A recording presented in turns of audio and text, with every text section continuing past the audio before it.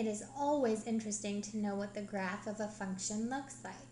And the graph of a radical function looks as you see here. For f of x equals the square root of x, we can take different values of x to plug in here. Helps to start off knowing what the domain of this function is. Since we can't take the square root of negative numbers, we know that the domain will be from 0, including 0, up to infinity. So we start with 0 and cleverly plugged in perfect squares to get our graph.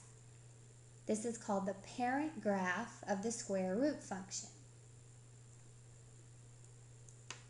Now if I wanted to graph f of x equals the square root of x plus 4, I could start by finding the domain,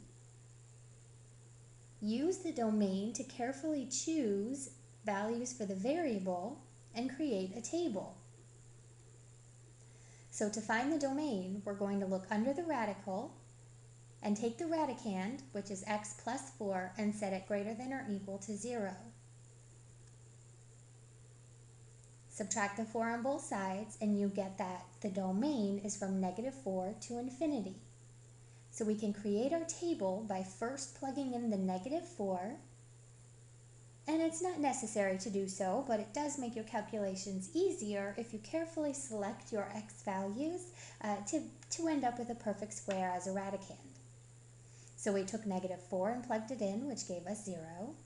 We took -3, which gives you 1, and the square root of 1 is 1. Then we take 0. 0 plus 4 is 4. Square root of 4 is 2.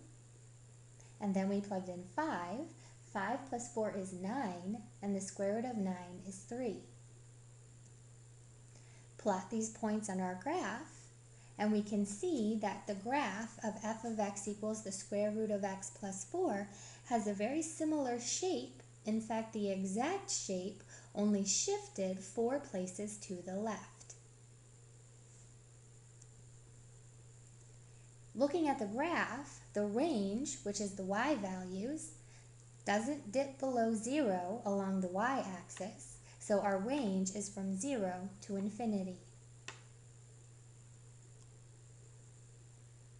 Graphing a cube root function.